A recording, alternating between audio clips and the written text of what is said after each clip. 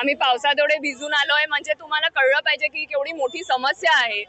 पाणी हे सगळ्यांना लागतं। पाणी is like one of the basic needs of human beings. तर ती पण अजून टीएमसी पुरवत नाहीये। आम्ही जेव्हा प्रचाराला उतरलेलो इलेक्शनच्या पहिले तेव्हाही पाणी पुरवठा हा खूप मोठा मुद्दा होता आणि आजही आहे आणि ह्याबद्दल टीएमसी काही करायला तयार नाही। आणि सर्वात मोठी गोष्ट ही आहे की तसंही कळव्यामध्ये पाणी कमी येत आहे आणि आता टीएमसीने अशी नोटीस काढली आहे की जेवढं कळव्याचं राहिलेलं पाणी आहे ते पण ठाण्याला पुरवलं जाईल। म्हणजे कळव्याला काय पाणी राहील का? कळव्याच्या लोकांना पाणी नाही लागत का? फक्त ठाण्याच्या लोकांना पाणी लागतं? आता काय इलेक्शन येत आहेत, ह्या प्रभागाचा विकास करायचा आहे, कळवा मुंब्र्याचा विकास करायचा आहे म्हणून आमचे काही लोक गेली आहेत ना तिथे। मग ते काय करतायत? फक्त क्लस्टर रिडेव्हलपमेंट हा विकास नाही झाला। जे मूलभूत सुविधा आहेत त्याच तुम्ही पुरवल्या नाही तर मोठ्या मोठ्या बिल्डिंगमध्ये लोक जाऊन काय करणार आहेत?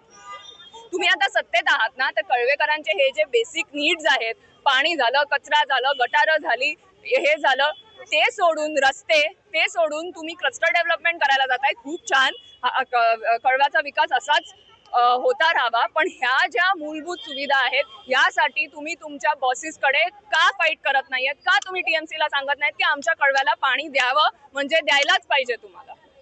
धरणाचा प्रश्न अजून मार्गी लागलेला दिसत नाहीये, परंतु बिलं देखील मोठ्या प्रमाणात घेतली जातात। हो, तेच म्हणजे मी तेच सांगते ना, टीएमसी धरणं हे सगळं सोडून जे कामं लवकर होतात, एक महिन्यात होऊन जातात, लवकर कॉन्ट्रॅक्टरना पैसे मिळतात, ऑफिसरना पैसे मिळतात, मधले जी लोक आहेत त्यांना पैसे मिळतात, असेच प्रोजेक्ट टीएमसी राबवते। हायवे पेंट करा, हे करा, काहीतरी ब्युटिफिकेशनच्या नावाखाली काहीतरी 4-5 गोष्टी लावा, बेंच लावा, तिकडून पटकन पैसे मिळतात। जे ऍक्च्युअली मोठे प्रोजेक्ट आहेत, ज्याची गरज ठाण्याला आहे ती ते लोक करणार नाहीत, कारण त्याला टाइम जास्ती लागतो, पैसे लवकर येत नाहीत, कमिशन लवकर येत नाहीत, बिल्डर फ्रेंड्सना काही त्याच्यातनं मिळत नाही, म्हणून ह्याला हे प्रोजेक्ट आहेत ते कधीच होणार नाही। टीएमसी कधीच करणार नाही।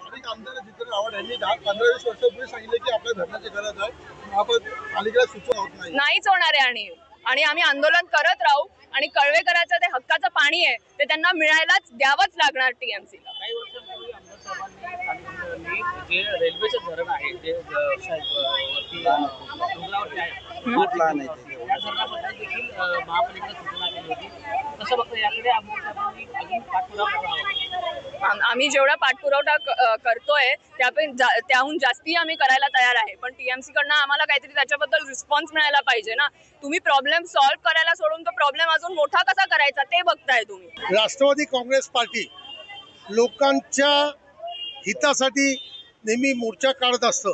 मग तो पाण्याचा प्रश्न असू दे, तो लाईटचा प्रश्न असू दे, तो खराब रस्त्यांचा असू दे किंवा अजून कसला असू दे, आम्हाला फक्त लोकांचं हित बघायचं असतं। यात कुठचंही राजकारण नाही।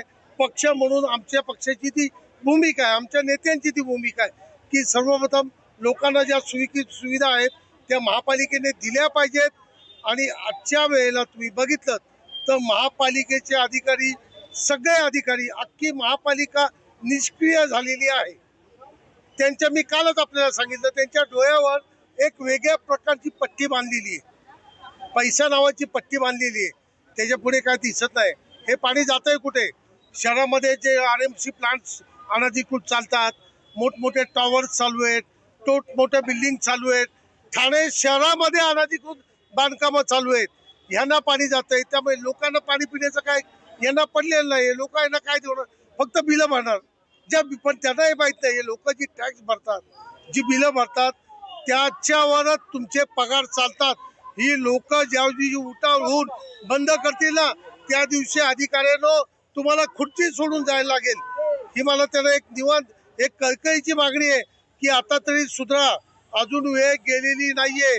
लोकांना न्याय द्या, लोकांना ज्या मूलभूत सेवा द्यायच्या आहेत ह्या द्या, नाही तर तुम्हाला 100% खुर्ची सोडून पळून जायला लागेल।